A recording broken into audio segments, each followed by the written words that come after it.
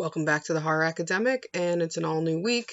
And, let's talk some movies. So, last night I gave something a try. I was very excited to see, I was looking forward to. I'd read a lot about in Fangoria and quite a bit of hype over, the past year or so online. This is one I pre ordered as well. And VFW, I was really looking forward to this. Basic premise from what I understood before going in was we're going to grab a whole bunch of old time actors, like some guys who have been in some stuff, and we're going to throw them in a scenario where they're defending their local VFW bar. There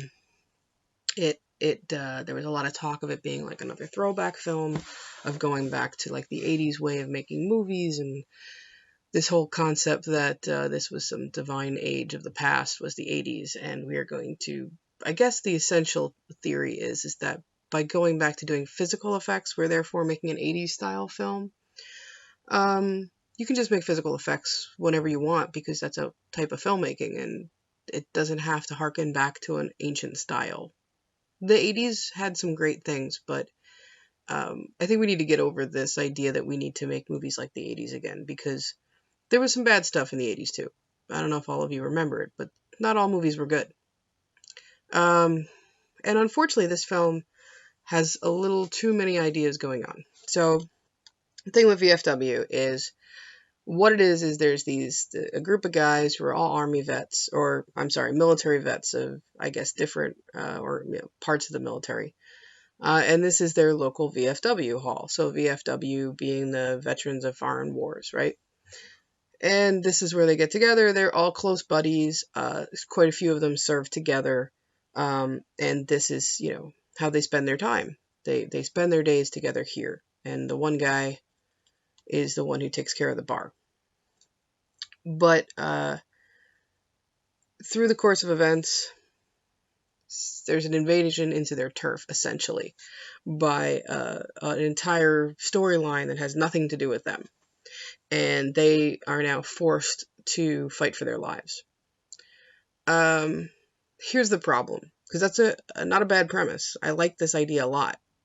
But this film suffers from two parallel storylines that don't really mesh together until the very end.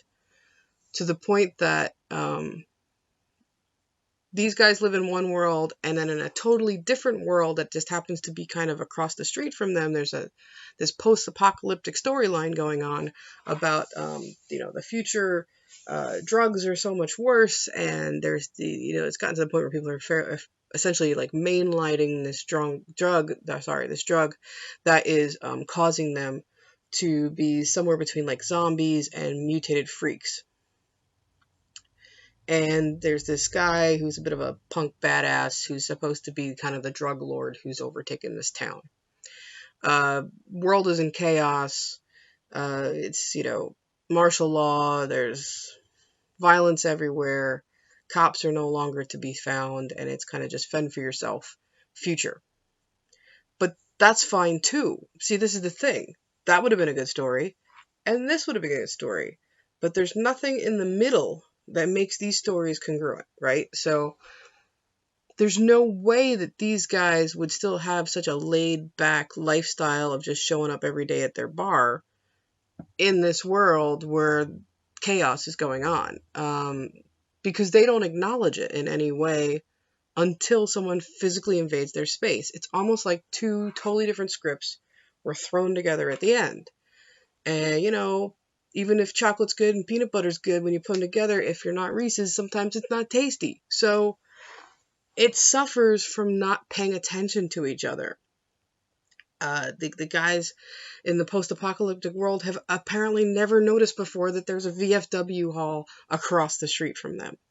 So when the one girl who, in a way to kind of get vengeance for the death of her sister, steals some of their stash and runs there for safety, it's kind of like, hey, what's that over there that has a fence around it that doesn't even lock, that these guys go to every day? It's like, if you had acknowledged each other earlier in the storyline, like for, I guess like hour and a half, almost 2 hour movie, to wait until that last half hour to pay attention to each other, it really makes it hard for me as a viewer to believe all of this exists together. Two totally different movies that probably were short films that got crammed together but didn't meld them together until the very end. So it suffers because of that. Because now I don't particularly care for one or the other of these stories, right? I'm more invested in one than I am the other. The post-apocalyptic story, which wants to be some sort of Mad Max meets 1984 and everybody in the world has gone to like punk and, drug addicts, and it's got like some really, like, to me that aesthetic is always very I know many people go to Mad Max. For me, it's more Max Headroom, that kind of world of Max Headroom where it's slightly the future. Um, but this story, these guys can't live in that world unaffected by it, and that's my problem. Yeah, they're old guys, and maybe they have no interest in these drugs, sure, but it's still going to affect their world if the world around them is in chaos, and they're just dealing with the fact that it's one of the guys' birthdays, and they're telling old stories about Vietnam. So it's like, it should have been on the news, or it should have just some way had to interact with them beforehand, because they're living in a totally different movie. The filmmaker at this point is really hoping that they live in like Assault on Precinct 13, right? Um, but they just don't meld, and I wanted to like this movie so much, and it didn't add up, and I was losing interest towards the middle. One thing that I think a lot of people would begrudge a lot of horror films is like the first half hour. They spend like the preamble pretty much explaining this other world, but then it gets into like maybe a good half hour of getting to know the guys in the VFW hall.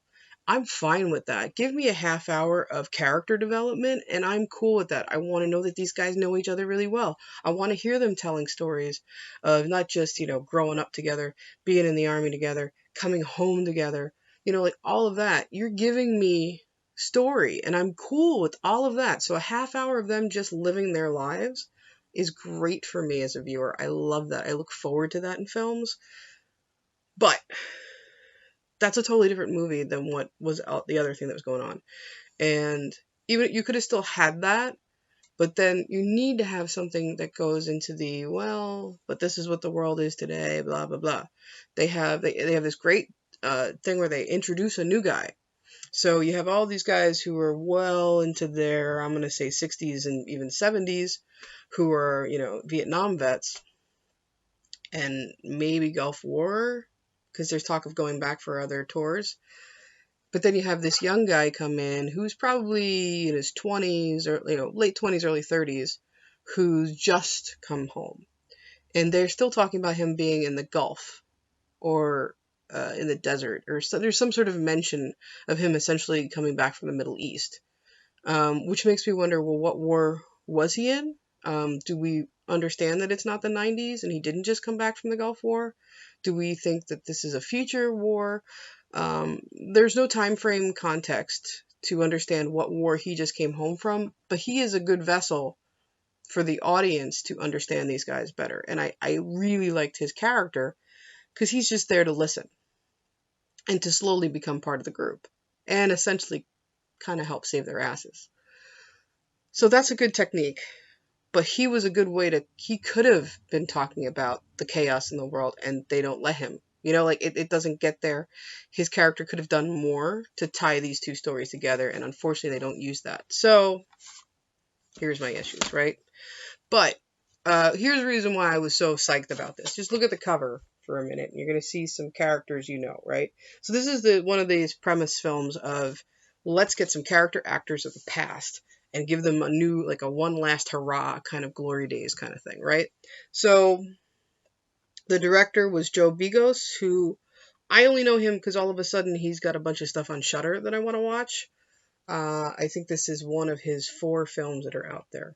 So I'm going to give him another try and see if maybe, because there's 2 people listed as writers on this film, which gives me the sneaking suspicion that they each were writing a totally different story and decided to join forces a little too late in the process. Just a guess. I don't know. I don't remember anything in the Fangoria article talking about it like that, but that's how I felt watching this. But to me, it seems like he wanted to make The Feast. I don't know if you guys remember The Feast. It was it's alright. It was a movie that was part of a series on TV called Project Greenlight, which is essentially a contest show. Get to be the new director of a movie. And the guy that they picked made a horror movie, and the horror movie, big on practical effects, big on getting old school actors involved, and big on an entire movie taking place in a bar. So that's what VFW I was hoping more for going in, like a better feast, but it wasn't. So let me get back to what I was talking about, though, the cast. The guys in this, we got Stephen Lang. That name didn't ring a bell. I looked him up. Avatar, Tombstone, Gettysburg. Okay, so aside from Avatar, he did some sci-fi stuff, yeah, but apparently he's made quite a career of being like a Civil War general in movies. But what caught my eye, he was in the original Manhunter. So the original version of Red Dragon, the prequel to Silence of the Lambs, which I love that movie. So that was cool. William Sadler, okay, so Bill and Ted Bogus Journey, he's Death. This guy will always be Death to me. That's who he is. He's amazing at it. Also, though, let's see, he was also in The President, I believe, in part of Agents of S.H.I.E.L.D. He was in The Mist, Shawshank Redemption, The Green Mile, and he was in quite a few episodes of Deep Space Nine. Again, another great character actor. Fred Williamson. Now we know him as the guy who kicks ass in Dusk Till Dawn, right? Another movie where a bar gets invaded and they have to save their lives. But also he was in the original MASH and Three the Hard Way, as well as many blaxploitation action films. He was one of those dudes. Martin Kove. Alright, Martin Kove to me is the cop, the bumbling cop in Last House on the Left, and also he will always be Cobra Kai, right? Like, he is the bad sensei in the Karate Kid films. Also, Death Race 2000, the Rambo, one of the Rambo films, huge category of movies. David Patrick Kelly, whose first film was The Warriors, but to me will always be one of the gangsters in The Crow. Tons of movies he was in. George Wendt of Cheers, who was also in great movies like Gung Ho, and I love the movie House, which is the Steve Miner House, which is the one that's kind of like a parody, kind of horror comedy about haunted house movies, which I love. And the young guy who I mentioned who's in this, his name is Tom Williamson. Looks like he's got quite a bit of television that he's done recently. This might be one of his first films. He was really good. All this together, it wasn't the worst film I've ever watched, but it was not a successful film. This film does not work together. It is two episodes that do not coexist together well. So, unfortunately, I can't really recommend this film, but I can say it was a good try. One thing I will note, and I should have gotten the guy's name. I think his name is Moore, who does the soundtrack. Steve Moore. The soundtrack is the best fake John Carpenter score ever that I've heard. Excellent job. So yeah, if they wanted, they're going in saying that they were making the next John Carpenter kind of style, 80s, partially like trashy, almost like trauma film. All of these are great things to aspire to, but they don't pull it together. I can see in the background what they're trying to do, but much like films, and I know I'm going to get some hate for this, but all of these films that are trying to harken back to the 80s, everything from like Hatchet and Hobo with a Shotgun and even Mandy, they're all films that are successful and unsuccessful in ways to me, and they're not that they're all bad movies, but they do some things really well and they do other things not as well, and not all of them to me are successful films, and I'm not saying that they all suck. I am saying I don't like Hatchet, but they're trying so hard for this old school aesthetic that you gotta remember to pay attention to story and make it work, guys. Sorry, but this one is not a hit. Hopefully next time, let's see what I watch tonight, see if I get a better result. Alright guys, see you tomorrow. Horror Academic out.